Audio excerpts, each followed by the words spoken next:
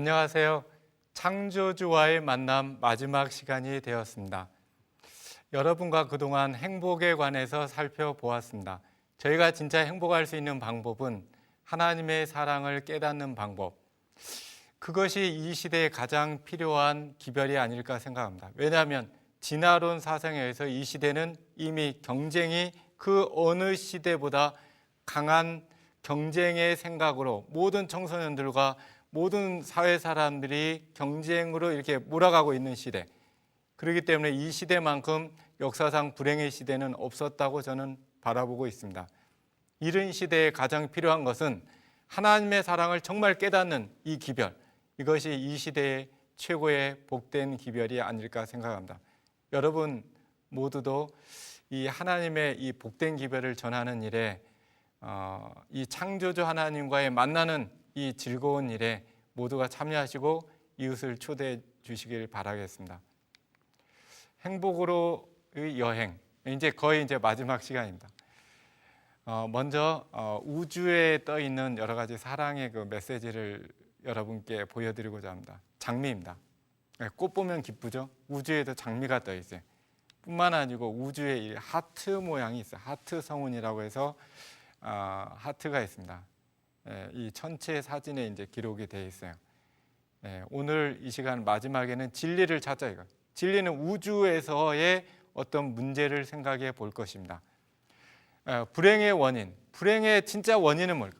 불행의 원인은 뭘까? 진화론에 근거한 불행의 이유는 뭘까? 진화론이 왜 인간을 이렇게 불행하게 만들까? 그 이유는 어떤 경쟁, 남과의 가치 비교예요.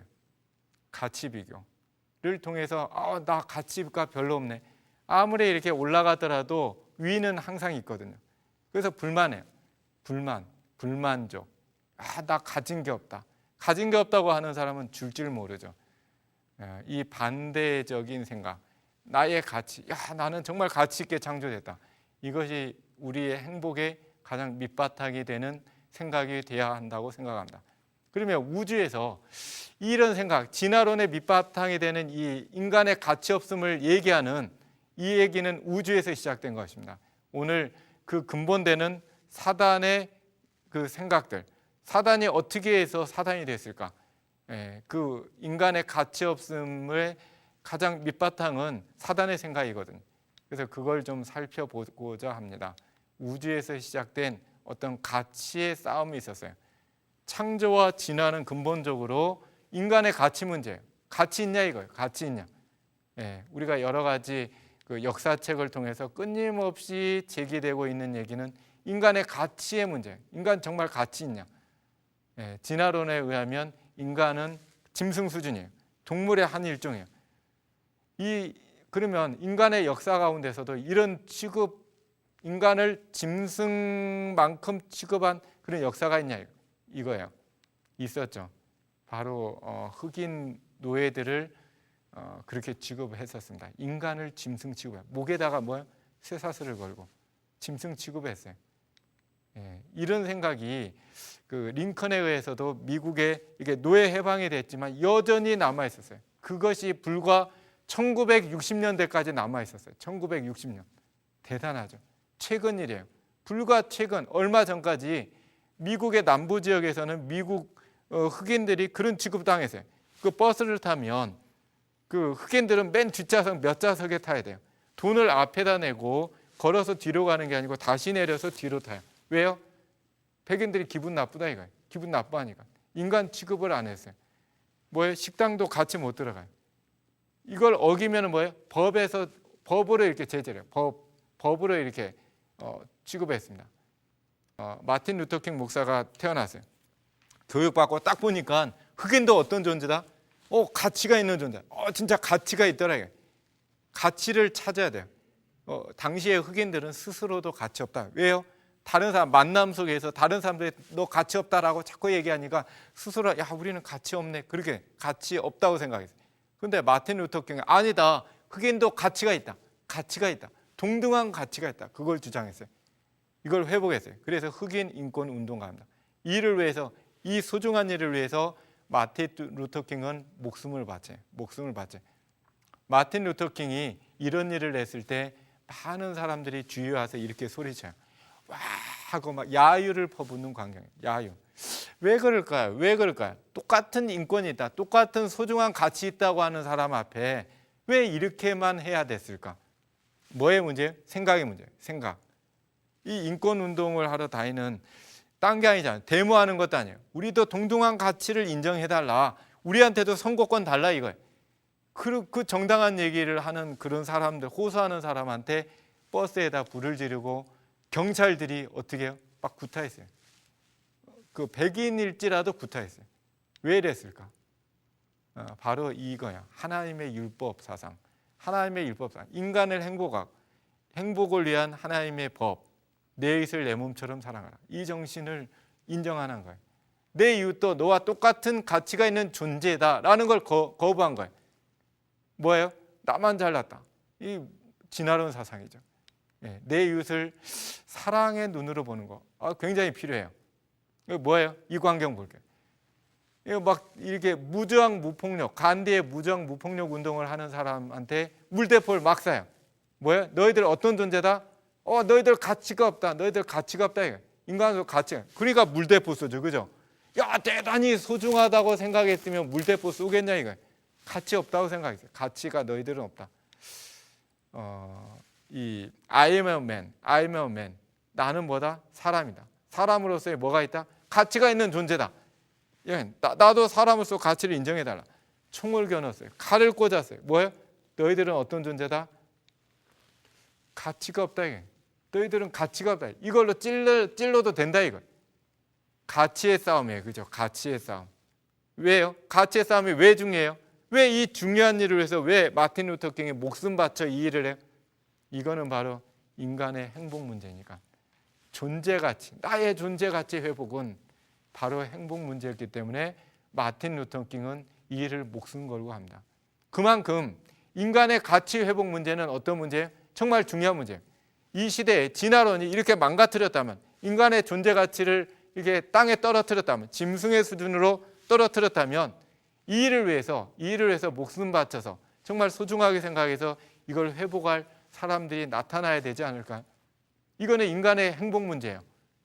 이게 진실되다면, 창조가 진실되다면 이거는 진짜 목숨 바쳐서 이 일을 회복하는데 목숨 바칠 만한 충분한 가치가 있는 일이라고 저는 믿습니다. 우주에서 시작된 가치의 문제. 왜 이 땅에 이런 문제가 시작된 그 근원이 우주에서 시작됐죠. 그죠? 그 문제를 살펴보겠습니다. 바로 루스벨이죠. 루스벨은 하늘의 이렇게 천사장이죠. 천사장. 대단한 영광과 대단한 그 능력을 소유했어요. 그죠? 이사야 14장에 보면 그의 타락의 광경을 이렇게 나옵니다. 너 아침의 아들 계명성이여 어찌 하늘에서 떨어졌는고 내가 내 마음에 이르기를 내가 하늘에 올라 하나님의 무별 위에 나의 보좌를 높이리라. 지극히 높은 자와 비기리라. 뭐예요? 뭐가 되겠다는 얘기예요? 자기 거 생각해. 자기 보니까 와 대단한 것 같아. 그러면 뭐가 되겠다? 나도 하나님처럼 돼봐야겠다. 하나님 무별 위에 나의 보좌를 높이래. 누가 필요 없는 거예요? 하나님이 필요 없는 거예요. 이걸 위해서 뭐 합니까? 비기리라. 경쟁하겠다 이거예요. 하나님과 경쟁하겠다 이거예요. 진화론의 경쟁 사상의 뿌리를 아시겠죠? 사단한테 왔어요. 루스벨이 사단이 됐어요. 사단이 된 까닭이 뭘까요? 방금 말씀드린 대로 왜 사단이 됐을까요? 어떤 생각 때문에? 하나님과 같이 되는 걸 목적으로 삼았기 때문에. 하나님과 같이 되는 것. 방법으로 뭘 선택합니까? 경쟁하겠다. 경쟁. 하나님과 같이 되겠다. 루스벨이 하나님 지위에 오를 수 있을까요? 성경에 보면 하늘의 천사의 3분의 1을 같이 타락시켰어요. 어떤 말을 했을까요? 바로 율법 문제예요. 하나님의 율법은 행복할 수 있는 우주 거민들이 조화롭게 정확한 관계 속에서 관계를 맺고 모두가 질서예요. 그런데 이걸 깨트리려고 어떻게 깨트리려고 합니까? 하나님의 율법의 질서는 창조주와 피조물 간의 관계가 수직적인 관계예요. 목숨 내놓는 관계지만 수직적인 관계. 그죠? 이 관계, 이 질서, 이것이 우주의 행복을 유지하는 방법이에요. 길이에요. 근데 이걸 거부했어요. 왜요? 자기가 하나님 지위로 올라가려면은 어떻게 해야 돼요? 이 관계가 계속 유지해. 피조물이 하나님 지위로 못 올라가거든요. 그럼 어떻게 해요? 이걸 깨부수죠. 부숴야 돼. 창조자 하나님의 존재를 이렇게 말살하면 누구도 뭐 능력이 되면 하나님 지위로 올라갈 수 있으면 좋겠다라고 생각했겠죠, 그죠? 그래서 하나님의 율법 문제를 건드립니다. 하나님의 율법 문제. 그래서 사단에게 있어서는 하나님의 율법 문제가 참 그 가시처럼 보였을 거예요. 그래서 이웃을 사랑해라. 아니다, 경쟁해야지. 왜 그래요? 이 머릿속에 자기 걸 챙기는 걸로 가득 찼기 때문에 경쟁 문제를 들고 나온 거예요. 결국에 이 하나님의 율법을 이렇게 거부하려고 해요. 경쟁 문제. 그리고 내가 하나님 되겠다. 그러기 위해서 이 관계를 깨트리려고 해요. 그래서 하나님의 율법을 깨트린 것이 그래서 사단이 된 거예요. 사단이 됐습니다. 사단이 돼요. 루스벨이 사단이 돼요. 이런 정신이 마지막으로 갈수록 그 생각, 본래 가지고 있던 사단의 생각이 어떻게 됩니까? 점점점 개발되겠죠. 똑같은 생각을 어디에 와서 심어줘요? 인간들에게. 최초의 아담과 하와에게도 똑같은 얘기를 심어줬을 거라고 저희가 성경에서 발견할 수가 있습니다. 그러므로 우주에서의 가치 싸움은 뭘까요? 우주에서 가치 싸움은 하나님의 율법 문제겠죠. 그죠? 뭐예요? 행복 문제예요. 우주 거민들은 행복하기 위해서 하나님의 율법을 지켜야 된다. 하나님의 율법은 우주의 질서와 조화를 유지해서 우주 거민들을 행복할 수 있는 최고의 방법이다. 최고의 법이다. 길이다. 그 측하고 아니다. 바꿔야 된다. 경쟁으로 바꿔야 되고 창조의 존재를 이렇게 막 무시하는 그걸로 바꿔야 된다. 예. 그게 바로 사단의 생각입니다. 이것이 바로 어디로 옵니까? 이런 생각이 지구로 와요. 지구로 옵니다. 우주에서 이제 지구로 도착해요. 예. 처음 어떻게 누구를 통해서요? 아담과 하와, 우리의 첫 조상을 통해서. 아담과 하와가 왜 에덴 동산에서 쫓겨났습니까? 왜 쫓겨났죠? 많은 그리스도인들은 그렇게 봐요. 아담과 하와는 선악과를 따먹어서 쫓겨난 거다. 그걸 강조해요. 아이들한테도 야, 선악과를 안 따먹었어야 되는데 따먹어가 쫓겨났다. 그럼 아이들한테 왜 쫓겨났냐 그러면 선악과 따먹었어요. 따먹은 거 자체가 진짜 따먹었다고 해서 그렇게 쫓아낸다면 하나님의 사랑이 어떻게 됩니까? 의심받죠. 그죠? 무한하신 하나님의 사랑이 선악과 따먹었다고 막 쫓아내가지고 우리 인간의 운명을 이렇게 했다. 그러고도 하나님은 사랑이라고 청소년들이 이렇게 막 느껴질까요? 와, 하나님은 사랑이다 느껴질까요? 아니요. 우리는 왜라고 하는 건 진실을 보는 거예요. 그죠? 선악과 따먹었다. 이거 진실이에요? 아니요. 겉모습이에요. 사실이에요. 그죠? 우리는 진실. 왜 그랬냐? 원인, 이유. 그걸 밝히자 이거예요. 성경에 나오죠. 창세기 3장 4절 5절에 보면 뱀이 먹게 해야 돼요. 그죠? 야, 먹게 해야 돼. 어떻게 먹게 꼬시려면 어떻게 해야 돼요? 먹었을 때 어떻게 될 거라고 얘기해 줘야 돼. 야, 너 이거 먹으면 어떻게 될 것이다? 하나님과 같이 될 것이다. 하나님과 같이 될 것이다. 먹었어요. 왜 먹었어요? 목적이 뭐예요? 먹은 목적이 뭐예요? 하나님과 같이 될 목적으로 먹었어요. 하나님과 같이 되는 것. 누구 생각이에요? 사단의 생각이에요. 무별 위에, 하나님의 무별 위에 내 보좌를 높이리라. 내가 하나님처럼 될 것이다. 되고 싶다. 이것이 바로 사단의 생각이에요. 자기의 생각이니까 인류의 첫 조상에게 뭐라고 꿔요? 내 생각을 넣어준 거예요. 내 생각. 너도 뭐처럼 돼봐라? 하나님처럼 돼봐라. 뭐가 파괴된 거예요? 하나님의 율법. 사단도 하나님의 율법. 이런 생각입니다. 하나님의 율법. 모세가 가나안 땅에 왜 못 들어갔습니까? 많은 분들은 야, 그만 이게 뭐 반석을 2번 쳐서 그건 사실이죠. 그죠? 왜의 이유가, 왜는 진실을 묻는 거예요. 마음속에 있는 생각을 묻는 거예요. 어떤 생각으로 쳤냐가 중요하죠. 그죠? 빨리 줘야겠다. 야, 목마른데 빨리 줘야겠다. 쳤어요. 이거 죄일까요? 아니겠죠. 모세의 생각을 보면 민수기 20장에 보면 모세가 그들에게 이르되 패역한 너희 들으라. 내가 너희를 위해서 이 반석에서 물을 내라. 내가 주겠다. 내가 내라. 내가 뭐예요? 내가 중심이에요. 가치 중심이다. 내가 어느 자리로 된 겁니까? 하나님의 지위로 올라간 거예요. 하나님의 자리를 대신한 거예요. 그러면 모세와 하와와 그리고 사단, 루스벨이 지은 죄가 어떻습니까? 똑같아요. 뭘 파괴한 겁니까? 하나님과의 관계. 하나님과의 관계를 파괴, 하나님의 율법이 파괴된 거예요.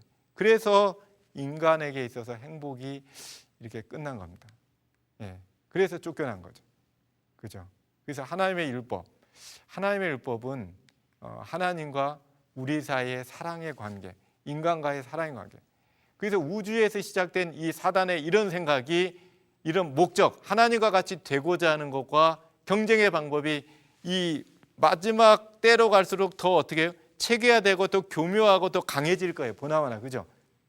이 생각으로 사단이 인간을 이렇게 자기의 생각으로 이렇게 늘려고 할 거예요. 분명히. 자기의 생각 안 버리죠. 그게 뭡니까? 사상으로. 진화론 사상. 이미 진화론 사상으로 이 시대는 어떻게 됐습니까? 이미 끝났죠. 이미 점령됐어요. 진화론의 목적은 지난 시간에 말씀드렸듯이 창조주 중심의 세계관을 붕괴시키는 걸 최고로 삼아. 왜 그래요? 창조주의 존재를 좀 없애버리고 싶어요. 그죠? 예, 이것은 바로 하나님의 율법 문제, 하나님의 율법을 이렇게 파괴하는 문제입니다. 예, 진화론에서는 사는 문제, 내가 살려고 경쟁이라는 사상을 끌고 들어와. 경쟁, 사랑이 아닌 경쟁. 이거는 뭡니까? 하나님의 율법의 사랑 관계로 보라고 하는 그 행복의 길을 파괴하는 거예요. 그리고 진화론은 뭘 파괴하는 겁니까? 하나님의 율법 사상의 두 가지, 인간의 행복 방법을 철저히 파괴해요. 그렇기 때문에 진화론적인 사고방식으로 살면 최고로 불행할 수 있는 방법이에요. 최고의 불행의 방법이더라 이거. 하나님의 율법이 최고의 행복이라면, 최고의 행복의 방법이라면 진화론은 최고의 불행으로 가는 방법이 될 수밖에 없어요. 구조적으로 그렇습니다. 예, 창조론은 이렇습니다. 하나님의 율법 철저히 지키죠. 사랑의 방법. 그래서 영생이 최고의 목적. 행복하게 살겠다. 영원히 사는 거. 이게 최고의 행복이죠. 그죠? 예, 진화론. 하나님의 율법 없어요. 경쟁의 방법 선택해요. 뭐예요? 하나님과 같이 내가 되겠다. 인간이 능력이 안 되잖아요. 능력이 안 되는데 하나님처럼 되겠다 하면 그거 불행의 길이죠. 그죠? 불행의 길이에요. 자기의 자리를 찾아야 됩니다. 이걸 체계한 분이 다윈이에요. 참 불행하죠. 그죠? 참 불행합니다. 그런데 이런 다윈 같은 사람이 세계를 이끌고 있다라고 기록되어 있어요. 세계를 이끈다. 뭐예요? 사람들의 정신을 이끈다. 사람들의 이 사고방, 사람들의 행동 다 이끌고 있단 말이에요. 그죠? 예. 기록에 보면 그가 살고 있던데 그의 생각은 이미 뭐로 자리 잡았다? 사고 방식, 생각의 방식으로 이미 자리 잡았다. 대단히 불행한 일입니다. 세계를 변화시킨 12명의 과학자 중에 한 명이 다윈이 들어가요. 왜요? 변화시켰다 이거예요. 변화시켰다. 생각을 바꿨단 말이에요. 예, 이런 거에 근거해서 다윈의 이런 기초에 의해서 도서관 가보면 인간의 기원에 관한 책 중에 뭐가 나와요? 진화가 나와요. 저기 보시면 진화론 논쟁책도 있고 다 했죠. 그죠? 예, 여러분들 꼭 이기적인 유전자도 있고 뭐 에덴의 강 뭐 다 했습니다. 그죠? 도킨스 그분들 책도 있고 예, 인간의 기원에 관한 거 다 보면 진화예요. 원시 국가의 진화 뭐 그죠? 국가도 진화인데요. 모든 걸 진화라는 말로 다 해석을 내려요. 그런 관점에서 봐요. 예, 진화론 논쟁, 진화의 미스테리 이런 모든 책들에 보면은 끊임없이 진화에 관한 사상들이 소개되어 있고 있습니다. 이런 진화론 사상이 어떻게 내 머리에 들어가요? 아까 말씀드렸죠. 지난 시간에 교육제도, 교과서를 통해서 사단은 굉장히 현명합니다. 자기의 생각을 1대1로 안 집어넣어요. 그죠? 1대1로 안 집어넣고 남을 시켜서 교육제도, 교과서 내용만 다 자기 생각으로 이렇게 만들어버리면 학교에서 알아서 이렇게 다 선생님에 의해서 아이들의 머릿속에 다 기초가 나죠. 틀이 진화론적인 틀로 되면 세상을 딱 보면 어떻게 보여요? 천연계도 뭘로 보여요? 다 경쟁으로 보여요. 야, 경쟁 안에 적자 생존하네 막 이렇게 보여요. 적자 생존. 그렇게 보여요. 그죠? 그렇게 교육받은 아이들에 의해서 다시 진화론이 뼈대를 기초를 더 강하게 합니다. 마음이 사로잡혀요. 가장 교묘한 방법을 썼기 때문에 이걸 가르치는 교사라고 할지라도 야 이게 사단의 저 나쁜 생각이네 이걸 몰라요. 기독교 그리스도인 교사라 할지라도 본인이 가르칠 때 진화론 얘기를 분명히 할 거예요. 야 진화론 자가 없으면 진화론이 아닌 거라고 생각해요. 진화론은 사상이에요. 사상은 눈에 안 보입니다. 안 보이지만 들어가요. 들어가면 바뀌어요, 행동이. 예, 여기에 관해서 하나님의 계명 문제가 마지막 시대 때 계시록 마지막을 위한 기별 가운데는 마지막 이런 바다모에 진화론으로 완전히 점령한 이 세계와 싸울 세력은 하나님의 계명을 지킨 사람들. 하나님의 계명을 지키며 하나님의 계명을 최고의 행복의 길로 지키며, 그죠? 예, 이런 생각. 하나님은 사랑이시고 율법 사랑이에요. 이거는 과거에도 그러할 것이고 미래도 영원히 그러할 거라고 믿는 사람들, 이런 믿는 사람들에 의해 가지고 사단과의 큰 싸움이 있을 것입니다. 그죠? 이건 사상의 싸움이에요. 사상의 싸움. 예, 바로 하나님의 율법, 이것은 바로 하나님의 사랑이에요. 하나님의 사랑. 그것 하나님의 율법 때문에 그거에 근거해서 십자가에서 돌아가셨어요. 그죠? 그거에 근거해서. 그래서 십자가에서 인간의 가치, 대단한 가치가 드러나는 부분이 십자가예요. 그리고 십자가는 율법의 완성이에요. 율법의 증거입니다. 확실한. 그래서 저희가 어떤 하나님의 율법을 다시 회복해서 좀 바꾸자 이거예요. 어떻게 바꿀까요? 불가능한 거를 하나님의 율법으로 어떻게 바꿀까요? 가능한 걸로 바꾸자. 임파서블에 사랑의 A를 집어넣으면 어떻게 됩니까? I am possible. 나는 가능하다. 나는 가치 있다면, 나는 뭘 할 수 있다 이거예요. 가능하다 이거. 나는 불가능한 존재가 아니라 이거. 그게 뭐가 해줍니까? 율법이 해줘요. 고질병, 야 이거 못 고치는데 포기하는 병이 하나님의 율법의 사랑이 이렇게 들어가면 뭘로 바뀝니까? 사랑이 들어가면 고칠 병으로 바뀌어요. 야 이건 고칠 수 있어요. 희망입니다. 이게 하나님의 율법 정신이에요. 우리에게 하나님의 율법 정신은 우리를 다시 살릴 수 있는 행복, 생명입니다. 생명. 창조주와의 만남. 그것은 바로 하나님의 율법의 회복입니다. 율법의 회복. 이것은 바로 행복의 최고의 방법입니다. 그러면 이 시대에 진짜 진화론이 어떻게 등장하는가? 그걸 좀 살펴보고자 합니다. 진화론이 어떻게 등장하는가? 진화론은 1831년에 시작합니다. 진화론 책에 보면은 진화론이 이 세상에 체계화되기 위해서 다윈이 하나의 여행을 하게 된 것이 직접적인 진화론 탄생의 계기가 되었다라고 설명되어 있어요. 볼까요? 1831년 다윈이 비글호를 타고 전생애를 항해합니다. 항해를 시작한 해가 1831년이에요. 비글 항해. 기독교인들 역사서에 보면은 그때 동시에 재림이라고 하는 마지막 시대를 준비하라는 운동이 똑같은 해에 시작돼요. 이 책 보세요. 비글호에서 탄생한 종의 기원. 어디서 시작된다고요? 비글호에서. 그죠? 이 항해가 직접적인 종의 기원의 탄생의 계기가 됐더라 이거예요. 그죠? 이분입니다. 글쎄요. 찰스 다윈. 생존 경쟁과 자연 선택에 의한 진화론을 찰스 다윈. 이거는 고등학교 생물교과서예요. 고등학교 생물교과서에 잘 설명되어 있어요. 1831년에 6년간에 걸친 항해 기간 중에 여러 섬의 동물들을 관찰한 끝에 뭐예요? 생물 진화에 관한 확신을 얻게 되었고, 귀국 후에 이 과학이 아니고 이 사상이라고 나오죠. 그죠? 사상, 생각이에요. 생각의 체계예요. 이 사상을 체계하기 위하여 저술에 몰두하였다. 그죠? 진화론은 과학입니까? 아니요. 사상이에요. 잘 설명되어 있어요. 고등학교 생물교과서에. 6년 동안 항해를 합니다. 1833년 마태복음 24장 29절에 보면 마지막 시대 때 하늘에서 별이 떨어질 거다.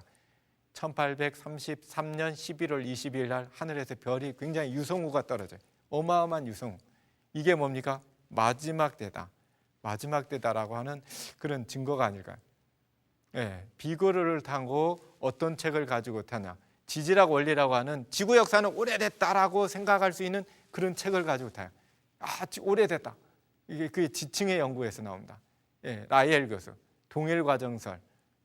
요즘 걸로 과거를 해석하겠다 이거죠.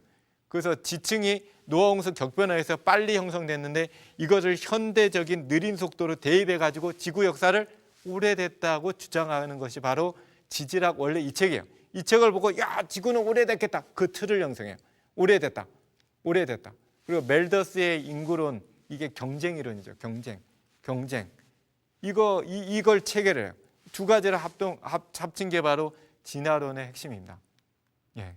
갈라파고스 섬에 도착해서 어떤 생각을 합니까? 갈라파고스 섬은 쪼개져 있는데 환경이 달라요.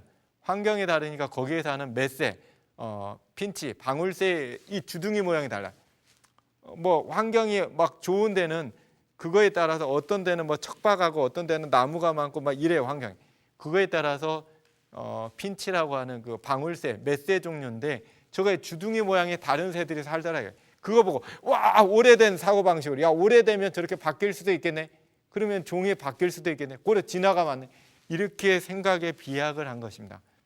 주둥이가 바뀌었다고 종이 안 바뀌었는데 그죠? 주둥이만 바뀌었는데 주둥이가 바뀌었는데 1844년에 다윈이 자연의 해석에서 진화론적인 결론을 얻고 1858년에는 원래 다윈은 진화론을 발표 안 하려고 했어요. 근데 친구 월리스가 동인도 제도에서 말라리아에 걸려있는 중 진화에 관한 자연 선택에 관한 영감을 받았어. 영감 계시 누가 내려? 사단이죠. 영감 받고 다윈에게 편지해서 다윈을 자극해요. 경쟁적인 자극을 해요. 그래서 종의 기원을 막 급박하게 막 이렇게 발간합니다. 다음에 볼까요? 이 내용은 고등학교 생물교과서에 있어요. 생물교과서에 보면 어떤 내용이 있어요? 1858년에 동인도 제도의 월리스가 편지 한 통을 보내요. 그 내용에는 그런 내용이 있어요. 늑대가 있다고 하자. 늑대 중에서 늑대가 있는데 먹을 게 많을 때는 괜찮지만 먹을 게 없어졌을 때는 그 중에서 막 힘세고 막 빠릿빠릿한 놈만 살아남을 게 아니냐. 이런 식으로 해서 경쟁에서 뒤처진 거는 이렇게 없어지고 살아남는 것만 이렇게 됐다. 고로 이것에 의해서 종은 바뀐다. 이렇게 주장해요. 다르죠, 그죠? 달리게 잘 달리는 집안은 점점 그 집안만 잘 달립니까? 말이 안 되죠, 그죠? 나중에는 막 9초, 막 5초에도 막 뛰는 사람이 막 나와야 그 가문은 절대 안 그래요, 그죠? 안 그래요. 어느 한계가 있고 유전자 풀 안에서 될 수 있는 일입니다. 이걸 이렇게 비약적으로 이걸 받고 다윈이 고민해요. 야 이건 내 건데 내가 옛날에 알았던 건데 그래서 고민해요. 이 고민했을 때 친구들이 동시적으로 이렇게 린네 학교에서 발표하도록 이렇게 해줘요. 고민을 해결해주고 야 너 네 건데 빨리 발표해. 그런데 빨리 발표해. 그래서 원래는 발표 안 하려고 했어요. 근데 1859년에 이런 경쟁적인 비교 이거에 의해서 발표를 합니다. 드디어 종의 기원이 세상에 나와요. 1861년 어떤 해입니까? 생물학적인 진화론은 뼈대가 사실 두 가지입니다. 우연히 생명이 발생됐다. 생명의 자연 발생설을 기초로 해서 우연히 발생된 생명이 복잡하게 막 진화됐다. 발전했다. 이 두 가지의 이론이 생물학적인 진화론의 뼈대 과학이에요. 과학적으로 이래요. 그러면 이게 제대로 된 과학이냐? 파스테르가 1861년에 보기 좋게 생명의 자연 발생설을 무너뜨려 버려요. 그것도 뭐예요? 과학적인 실험에 의해서. 파스테르의 백주의 목 플라스크 실험을 아시죠? 그죠? 그 실험을 해서 진화론 책에 보면 치명타를 입었다. 진화론이 치명타를 입고 헤맸다. 그런데 독일에서 시조새 화석이 발견됨으로써 진화론이 또 힘을 얻어요. 이건 우연이 아니겠죠, 그죠? 사단의 어떤 역할이겠죠. 이거 백주의 목 플라스크 실험. 끝에가 이렇게 구부러져요. 안에는 영양과즙이 있어요. 영양과즙. 뭐 포도즙이라든가 영양이 가득 찬 게 있어요. 근데 발효가 안 돼요. 뭐예요? 파스테르의 어떤 실험이 뭐냐? 그 살균법이 저온 살균법이에요. 다시 말하면 영양분이 파괴되지 않을 수준으로만 끓여요. 그죠? 영양분이 남아 있어요. 근데 입구는 여전히 어떻게 돼요? 열려 있어요. 단지 휘어 있다 뿐이에요. 이렇게 휘면 효모라든가 그런 애들이 못 들어간대요. 공기는 통하는데 못 들어간대요. 못 들어가니까 그대로 남아 있어요. 어느 정도 남아 있냐? 130여 년이 지난 아직도 세균이 발견되지 않고 있다. 이게 이건 과학이에요. 그래서 생명은 그 원래되는 유사한 생명으로부터 발생될 수밖에 없다. 그걸 뭘로요? 과학으로 증명해요. 과학으로. 그래서 과학적으로 보면 진화론은 어때요? 최고의 기본적인 기초가 이미 없어진 거예요. 과학적으로 완벽하게 망가져야 돼. 근데 왜 살아남아요? 생각이니까, 생각, 사상이니까. 사상의 힘은 대단합니다. 그죠? 사상의 힘은 안 무너져요. 웬만하면 강한 사상은 안 무너져요. 자, 그죠? 예, 무너지잖아요. 과학은 무너져도 대단합니다. 이 시조사상 이것도 실제적으로 이렇게 날개 달린 날개에 이렇게 이 손가락 같은 이런 뼈대, 이런 발같이 달린 애들이 요즘도 호야친 새, 요즘에도 존재해요. 이런 새가. 근데 이런 게 존재했다고 해서 파충류와 조류의 중간 형태라 주장하는 거 이거 착각이었죠. 근데 당시 진화론자들은 야 이게 중간 형태다 그렇게 환영했어요. 그리고 진화론이 맞네 이렇게 해서 힘을 얻어요. 네, 1865년 멘델의 유전 법칙이 발표됩니다. 그죠? 콩 심은 데 콩 나고 팥 심은 데 팥 난다. 유사하지만 서로 어떻게 섞일 수 없다. 유전에는 뭐가 있다? 법칙이 있다. 대강되는 게 아니란 말. 대강될 수 없다. 이거에 의해서 진화론의 제1골격이 무너질 수밖에 없어요. 그런데 문제가 있나요? 이건 아이들이 보는 유전학 책이에요. 불행히도 그 문제에 관심을 가진 사람은 아무도 없었다. 유행이 지난 것이다. 게다가 1859년부터 생물학자들은 새로운 진화론에 뭘 뺏겼다? 마음, 생각을 빼앗기고 있었다. 그러니 멘델의 공식 따위에 마음을 쓸 여유가 있었겠는가? 네, 결과론적으로 진화론자가 돼요. 불과 몇 년? 1859년부터 65년, 6년 사이에 대부분의 생물학자들이 진화론자들이 돼요. 진화론에 의하면 유전에는 법칙이 있으면 안 돼요. 안 돼요. 법칙이 있으면 안 되죠. 그죠? 바뀌어야 되는데 쉽게 막 바뀌어야 되는데 막 발전해야 되는데 쉽게 안 돼요. 거부했어요. 다윈이 멘델이 죽는 순간까지도 거부했어요. 1900년에 드프리스, 체름, 코렌트, 체르막 이 세 분에 의해서 멘델의 유전 법칙 재발견이 돼요. 세 명이 동시에 실험에 의해 가지고 발표를 해요. 그때 할 수 없이 받아들였지만 그때는 이미 진화론이 사상적인 뼈대를 과학에다 심어놓은 다음 얘기예요. 그렇기 때문에 이걸 그냥 받아들여요. 슬그머니. 네, 다윈입니다. 세계를 이끌고 있어요. 보편적인 사고방식. 대단히 슬픈 얘기예요. 그죠? 대단히 이 슬픈 현실입니다. 네, 현재 그 도킨스 같은 그 옥스퍼드 대학의 유명한 그런 과학자들이 진화론을 이렇게 명맥을 이어오고 있어요. 이런 분들에 의해서 여러분들과 저희 자녀들이 보는 과학책이 쓰여져요. 이런 권위에 의해서. 대단하죠. 근데 이런 분들이 쓴 책에 보면은 이기적인 유전자, 그리고 이런 분들이 뭐 에덴의 강 많이 쓰는데 이런 책에 보면은 철저한 진화론 내용인데 어떤 내용이 있어요? 이건 과학 중에 과학이다. 그렇게 써져 있어요. 근데 실제로 이렇게 진실적인 측면에서 분석해 보면 이건 과학이 아니거든요. 과학이 아니에요. 증명도 안 되고 저지난번에 제가 설명드린 46억 년 전에 뭐 과학 이야기 뭐 이런 얘기 보면 사실 사람의 생각이 앞선 것에도 불구하고 과학으로 받아들여요. 왜 그럴까요? 그건 아마도 사람이 가진 그 죄된 속성이랑 이렇게 맞아서 그런 것 같아요. 사람이 죄를 지어서 어떤 경쟁적인 속성, 자기만 위하는 속성이랑 딱 맞아떨어지니까 맞아, 이 방법으로 살면 내가 잘 살겠구나 선택한 거예요. 그죠? 거기 있을 것 같아요. 이분이 쓴 책에 보면 우리 인간은 어떤 거다? 인간이란 존재는 생존 기계인데 로봇 운반자들, 그러니까 이기적인 어떤 그 유전자애가 이기적이래요. 유전자가 이기적인데 사람이란 존재는 이 유전자가 살아남기 위해서 인간을 조절한대요. 단지 로봇 껍데기 갖고 요 녀석이 살기 위해서 막 사람으로 막 먹게도 하고 자기가 살아남으려고 한대요. 그래서 이게 자손에게 자기의 유전자를 물려봐서 계속 살게 한대요. 이러네. 맹목적으로 계획다. 오직 이런 유전자 살기 위해서 유전자 녀석이 정말 이기적이에요. 자기 살아남기 위해서 인간을 이용해 먹는다. 인간은 로봇에 불과하다. 이렇게 써놓고 있어요. 근데 이거 보고 과학 중에 과학이다라고 얘기해요. 참 슬픈 현실입니다. 인간의 가치를 이렇게까지 지난 시간에도 말씀드렸듯이 이 도킨스라는 분의 행복은 생존 얻는 거다. 진짜 나의 생존의 기회를 잡는 거다. 자연이라는 거는 경쟁하느라고 손톱에 피범벅이 됐다, 막 이렇게 표현해요. 이게 정말 진실이냐 이거예요. 뭔가 틀에 잘못돼 가지고 나온 것이 아닐까요?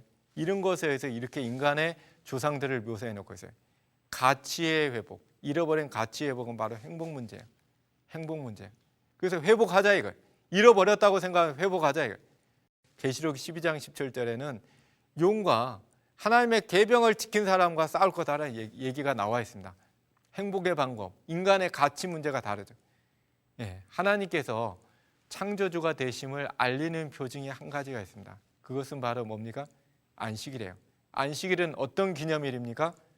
창조의 기념일이에요. 기념일이 뭐예요? 넷째 계명에 안식일을 교회야 거룩히 어떻게 하라? 지키라. 기억하여 지키라. 뭐예요? 메모리하라. 기념일, 메모리얼. 기억하라. 왜 기억합니까? 뭘 기억해요? 뭘 기억해요? 나를 기억해요? 아니요. 뭘 기억합니까? 안식일의 사상, 안식일의 생각. 안식일이 어떤 날이에요? 안식일이 창조 기념이래요. 창조 기념일. 뭘 기념해요?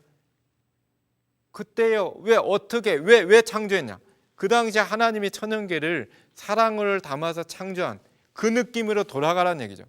가장 기념일을 잘 지키는 의미는 그날로 생각이 돌아가는 거예요. 우리가 광복절, 광복의 환희를 어떻게 최고로 느껴요? 그 당시로 돌아가요. 생각이 그 당시로 돌아가자 이거예요. 돌아가자 이거예요. 우리가 생각을 창조 태초 그때 돌아가자 이거예요. 돌아가면 뭐예요? 하나님이 보시기에 좋았더라라고 창조된 그런 자연들이 보일 거란 말이에요. 하나님이 인간을 진짜 생각해서 만들어낸 천연계들이 하나하나 보이기 시작할 거예요. 안식일 날 그래서 뭘 봐야 됩니까? 천연계를 봐야 돼요. 하나님의 창조물을 통해서 그 당시의 그 사상, 그 당시 하나님의 마음으로 돌아가서 하나님의 마음을 좀 보자 이거죠. 하나님의 사랑을 보자 이거예요. 그렇기 때문에 안식일이라고 하는 것은 창조의 기념일, 이것은 하나님의 사랑을 깨닫는, 이거는 최고의 방법 가운데 하나입니다. 분명히. 우리가 행복의 방법, 하나님의 사랑을 천연계를 통해서 발견한다라고 하는 의미는 바로 하나님께서 인간을 태초에 인간을 위해서 그렇게 천연계를 창조했다라는 그때의 생각으로 돌아가는 거예요. 그런 생각이 바로 안식일입니다. 안식일은 창조의 기념. 우리가 기념일답게 지킨다면 얼마나 좋을까요? 메모리얼, 생각하는 그날의 환희, 그날의 느낌, 그날로 돌아가자 이거. 우리의 생각을 돌아가자 이거. 돌아가서 보면 뭔가 보이겠죠. 뭔가. 그래서 안식일을 이렇게 보내게 되면 우리의 어떻게 될까요? 행복의 셈을 발견하게 될 것이다. 진짜 행복하겠죠. 그죠? 인간을 위해서 하나님이 보시기에 좋았더라. 하나님이 보시기에 좋았더라라고 하는 얘기는 인간이 볼 때는 뭐 상상도 못해요. 야, 하나님이 저렇게 나를 소중하게 생각했구나. 그거 발견해. 하자 이거죠. 그래서 하나님의 측량할 수 없고 끊임없는 사랑에 대한 분명한 생각의 관념의 틀을 형성할 것이다. 이런 틀이 형성된 상태에서 이런 틀이 형성되고 세상을 쫙 봐요. 세상을 보면 어떨까요? 대단하게 볼 거예요. 그죠? 대단히 행복하게 볼 거예요. 그죠? 우리 머리에 이런 관념이 있다면 대단할 것입니다. 그래서 우리가 안식일을 정말 소중하게 보낸다면 좋겠습니다. 천연계와 성경은 둘 다 하나님의 사랑을 우리에게 보여준다. 보여주죠. 그죠? 이 목숨 내는, 자기의 목 잘리면서 내가 이걸 위해서 존재했다. 너의 행복을, 이런 꽃들의 모양, 꽃들의 이 생각을 좀 봤으면 좋겠어요. 그죠? 단풍이 들 때마다 단풍을 보면서 그 가운데 뭘 봐요? 진실된 하나님의 마음, 인간을 얼만큼 생각하는 하나님의 마음, 그걸 보자 이거예요. 그죠? 그걸 보자 이거예요. 자연은 왜 존재합니까? 왜 존재합니까? 어떻게 되면 인간을 가치 있다고 증거하기 위해서 존재해요. 그죠? 나무가 왜 산에서 나무가 왜 이렇게 혼자 떨고 있어요? 뭐 추운 겨울에나 왜 한 곳에 있어요? 여러분에게 그렇게 있으라면 좋아요? 한 곳에 왜 살아남으려고 해요? 왜 살아남으려고 해요? 지나온 자들, 야, 저놈 살아남으려고 하나? 그것까지만 얘기해. 우리는 왜 살아남으려고 하냐? 그 목적을 봐야 돼. 그죠? 그게 중요한 거 아니에요? 왜 살아남는지 그게 중요한 거 아니에요?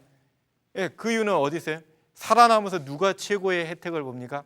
물론 동물들도 나무에 거하고 뭐 최고의 혜택을 봐요. 많은 혜택을 봐요. 그렇지만 진짜 최고의 혜택, 땔감으로 되고 뭐예요? 연필도 만들고 종이도 만들고 나무로 뭐 책상, 여러분들 주위에 얼마든지 있잖아요. 그만큼 이용하는 생물들이 있을까요? 없습니다. 인간이에요. 나무가 정말 살아남아서 살아남고자 하는 그 목적, 이유, 왜가 있다면 바로 인간이에요. 인간을 향해 있어요. 인간이 최고의 이득을 취하면서 그런 나무한테 야, 저놈들은 어떤 존재다? 자기 위해서 살아남으려고 하는 존재다. 그렇게 말하는 인간 좀 나쁘죠, 그죠? 그렇게 하는 거 좀 최악의 나쁜 해석이 아닐까 그렇게 생각합니다. 우리의 청소년들을 어릴 때부터 좀 이런 천연계, 자연을 좀 교육시켰으면 좋겠어요. 이 시대에 진화론이 이렇게 뿌리박고 있는 이 시대에 아이들의 생각의 틀을 바꾸는 거는 아이들이 직접 천연계를 통해서 누구를 만나게? 창조주 하나님을 만나서 창조주 하나님께서 하는 얘기, 천연계를 통해서 하고 있는 하나님의 말씀, 그 사랑을 좀 알았으면 좋겠어요. 그렇게 되면 창조주 하나님과 친근하게 돼요. 뭘 느끼니까? 그 가운데 있는 사랑의 선물을 열고 사랑을 받으면 친해져요. 사랑의 선물 받고 친해지지 않는, 이거 말이 안 되죠. 그죠? 사랑의 선물 받으면 분명히 친해집니다. 안식일은 그러므로 창조력의 기념이에요. 창조됐다라고 하는 기념. 일주일마다 왜 있어요? 일주일마다 있어야 될 이유가 있죠. 그죠? 그러니까 1년에 한 번이 아니고 일주일에 한 번이에요. 왜요? 기억하라 이거예요. 그만큼 소중하다 이거예요. 기억하는 게 그만큼 중요하다 이거예요. 그러니까 일주일마다 있어요. 뭐요? 잊지 말라 이거예요. 뭘요? 창조됐다라고 하는 창조 때 그 생각, 하나님의 마음, 하나님의 사랑을 좀 잊지 말라 이거예요. 예, 무너진 창조주의 관계 회복 운동을 해야 될 시기라고 생각합니다. 계시록 14장 6절 7절에 보면 천사가 나와요.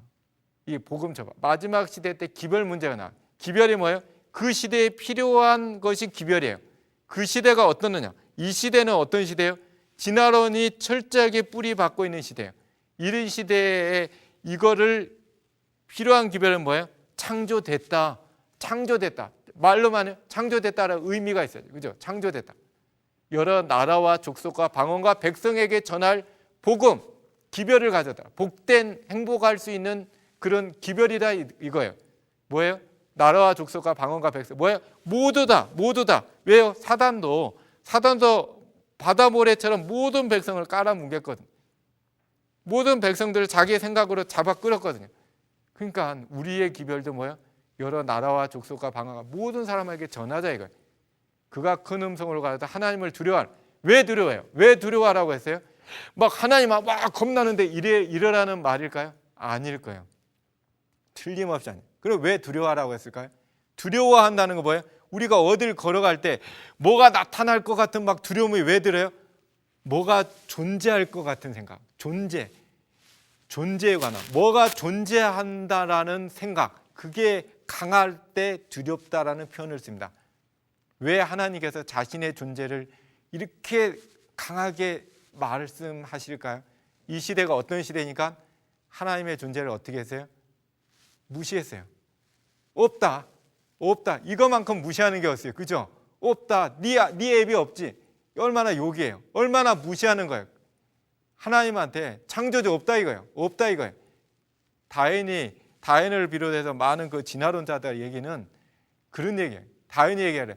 이 세계가 존재하는데 창조주는 존재할 필요가 없다. 창조주는 어떠한 역할도 못한다. 이 지구의 존재 이유가 창조주가 될 수 없다. 신이 될 수 없다. 이렇게 계속 뻔뻔스럽게 얘기해요. 얼마나 무시해요. 이런 무시하는 이 시대에 하나님께서 강하게 얘기해요. 나를 좀 내 존재를 인식해달라. 이게 두려워하라. 나 좀 느껴줘라. 내가 존재하는 걸 좀 느껴봐라. 그 얘기입니다. 그죠?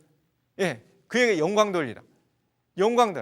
우리가 잘 됐을 때 누구한테 영광 돌려요?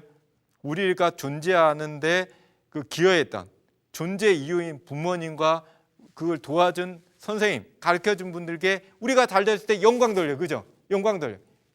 하나님께 영광 돌리라는 얘기는 뭐예요? 하나님의 명예 걸고 인간을 창조했어요. 가치 있게.